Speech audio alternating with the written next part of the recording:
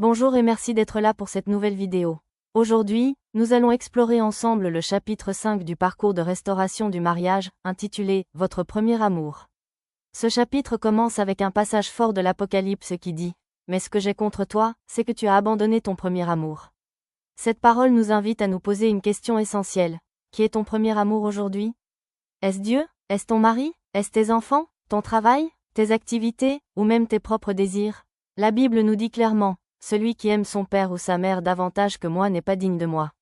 Dieu veut être le premier dans ta vie, pas en second, pas en troisième, mais en première place, avant tout le reste. Ce chapitre te demande de réfléchir. Quand tu te lèves le matin, qui occupe ta première pensée? Vers qui vas-tu d'abord dans ton cœur? Si ce n'est pas Dieu, alors tu es peut-être à une place où tu as mis quelque chose ou quelqu'un avant lui. Et parfois, sans que nous le réalisions, nous plaçons même ce qui est bon avant ce qui est le meilleur. Parfois, notre mariage, nos enfants, nos responsabilités, nos amis, même des choses que nous aimons profondément, prennent la place que Dieu seul devrait occuper. Mais ce que Dieu veut, c'est une relation personnelle avec toi, une relation où tu le cherches d'abord, avant toute autre chose. Et lorsque Dieu est premier dans ta vie, tout le reste se place à sa juste place. Maintenant, tu te demandes peut-être, est-ce que cela veut dire que je ne dois pas aimer mon mari? Est-ce que ça veut dire que je dois ignorer les besoins de ma famille? Pas du tout. Erin souligne que mettre Dieu en premier ne signifie pas négliger ton mari ou tes responsabilités. Au contraire, cela signifie que tu regardes chaque relation à travers le regard de Dieu, et que ton attitude envers ton mari est façonnée par ta relation avec lui. Quand tu cherches Dieu en premier, tu peux aimer ton mari, servir ton foyer et vivre ta vie avec une paix qui vient du Seigneur. Parce que la vraie soumission, la vraie force, la vraie gentillesse ne viennent pas de tes propres forces, mais de ta proximité avec Dieu.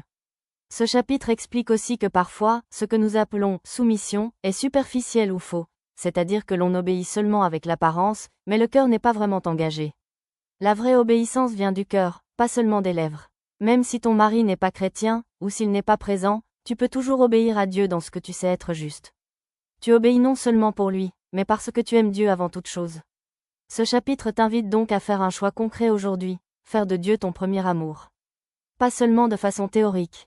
Pas seulement dans les moments faciles, mais dans ta vie quotidienne, dans ta manière de penser, de parler, d'aimer et de servir. Si tu veux voir un changement profond dans ton mariage, commence par placer Dieu en premier dans ta vie.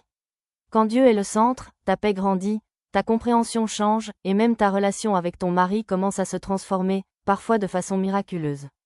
Et avant de terminer, voici 2 informations importantes.